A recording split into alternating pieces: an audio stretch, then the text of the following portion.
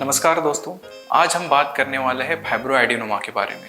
Fibroadenoma मतलब जैसे बच्चादानी में गठान होती है जिनको फाइब्रॉइड कहा जाता है, वैसे ही ब्रेस्ट में छोटी छोटी गठानें हो सकती है जिसको फाइब्रोएडिनोमा कहा जाता है। इसको ब्रेस्ट माउस भी कहते हैं क्योंकि अगर इसको हाथ लगाते हैं तो ये स्लिप हो जाता है, ये फिक्स नहीं रहता है। इन कॉन्ट्रास्ट टू कैंसर में जैसे अगर उसको दबाते हैं तो चेस्ट वॉल को फिक्स हो सकता है, मूव नहीं होता है। तो सिंपल सी चीज़ है, अगर किसी फीमेल के ब्रेस्ट में अगर कोई गठान आ जाती है तो ये काफ़ी वरीसम चीज़ होती है उन पेशेंट्स के लिए। तो इसमें लिए हर बार कैंसर होना ज़रूरी नहीं है, बट क्या ये कैंसर हो सकता है, इसी क्वेश्चन मार्क की वजह से सब लोग डर जाते हैं। तो इसका बेसिक डायग्नोसिस या जांच जो बोल सकते हैं हम, ये होता है बेसिक अल्ट्रासाउंड। सोनोग्राफी करके ही हम पता करा सकते हैं कि ये गार्ड फाइब्रोएडिनोमा है या कैंसर बिल्कुल भी नहीं है।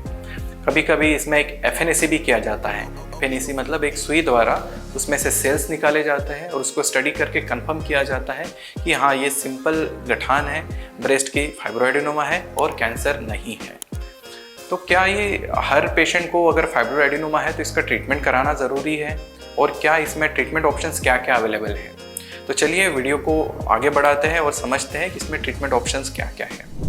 फाइब्रोएडिनोमा होता है यूजुअली रिप्रोडक्टिव एज ग्रुप में, क्योंकि ये हार्मोन डिपेंडेंट ट्यूमर है। मतलब 15 से 40 साल के एज ग्रुप में ही पाया जाता है ये पर्टिकुलर ब्रेस्ट ट्यूमर। और मैं आपको ये चीज़ गारंटी के साथ बता दूं कि फाइब्रोएडिनोमा कैंसरस नहीं होता है। अगर आप उसका ट्रीटमेंट नहीं भी कराते हैं तो 99% चांस है कि इसका ट्यूमर में कन्वर्शन नहीं होगा, और लेस देन 1% या शायद उससे भी कम चांस होता है कि फाइब्रोएडिनोमा का कभी ट्यूमर बन सकता है। तो क्या इसका ट्रीटमेंट कराना ही चाहिए?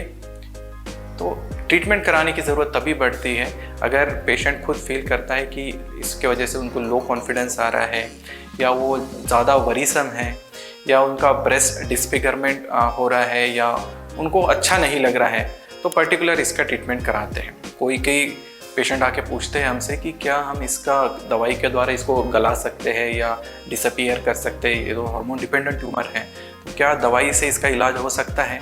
अनफॉर्चुनेटली ऐसा नहीं है। अगर हम माने कि 100 में से 50% फाइब्रोएडिनोमा अगर हम ट्रीटमेंट नहीं करते हैं तो वैसे के वैसे ही साइज़ में रहते हैं, और सिर्फ 50% ही है जिनका साइज़ बढ़ सकता है। बट ये बहुत ही कम चांसेस है कि बिना किसी ट्रीटमेंट के ये अपने आप छोटे हो जाए। तो इसमें मेडिकल मैनेजमेंट या मेडिसिन द्वारा कोई ऐसी दवाई नहीं है जिससे हम इसको ठीक कर पाए या छोटा कर पाए। तो इसमें ऑपरेटिव ट्रीटमेंट क्या होता है? 2 स्टैंडर्ड ट्रीटमेंट है इसमें। एक होता है माइक्रो सर्जिकल रिमूवल, जिसमें सर्जरी द्वारा छोटा सा टाका देके फाइब्रोएडिनोमा को सर्जरी द्वारा निकाला जाता है। अगर मल्टीपल जगह पे फाइब्रोएडिनोमास है तो शायद मल्टीपल जगह पे एंट्री पॉइंट लेके उसको निकाला जाएगा और उसको सूचर किया जाएगा। क्या सर्जरी के बाद फाइब्रोएडिनोमा वापस आ सकता है?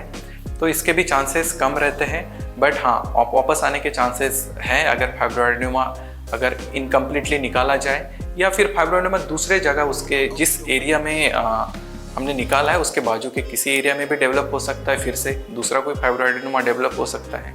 तो ये गारंटी आपको कोई सर्जन बिल्कुल नहीं दे सकता है कि फाइब्रोएडिनोमा सर्जरी होने के बाद भी ये वापस आ सकता है या नहीं सकता, क्योंकि ये नेचुरल हिस्ट्री है। तो अब हम जानेंगे कि सर्जरी के अलावा भी कुछ ऑप्शन हैं अगर फाइब्रोएडिनोमा ट्रीटमेंट में, क्योंकि सर्जरी में तो स्कार आएगा, थोड़ा ना थोड़ा कितना भी फाइन सर्जरी करे तो ब्रेस्ट डिस्फिगरमेंट होने का चांसेस है और स्कार होने का चांसेस है। और ये पर्टिकुलर उस एज ग्रुप में हो रहा है जिसमें हम बात कर रहे हैं 15 to 40 ईयर्स। मतलब कुछ महिलाओं की शादी भी नहीं हुई है, या फिर जिनकी शादी है अर्ली रिप्रोडक्टिव एज ग्रुप में है। तो वो काफ़ी हेल्थ कॉन्शियस रहते हैं, अपने फिगर के लेके काफ़ी चिंतित रहते हैं अगर ब्रेस्ट एरिया में अगर कोई स्कार आ जाए या कोई मार्क आ जाए। तो इसके लिए हम बात करने वाले एडवांस जो लेटेस्ट ट्रीटमेंट है, इसको कहते हैं माइक्रोवेव एब्लेशन।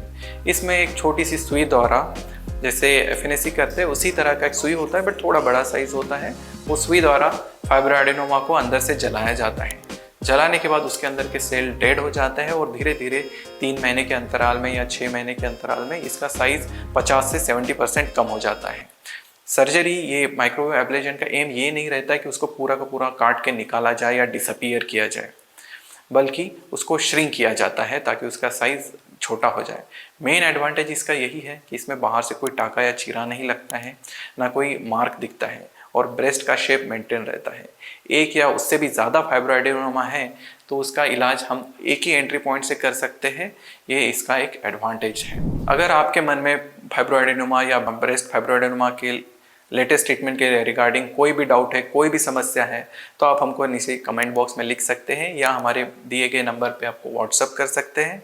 हम कोशिश करेंगे कि इसका जल्द से जल्द जवाब दें और आपके डाउट को सॉल्व करें। अगर आपको हमारा कंटेंट अच्छा लगा है तो इसको लाइक और शेयर ज़रूर कीजिए और हमारे चैनल को सब्सक्राइब करना ना भूलें। Thank you.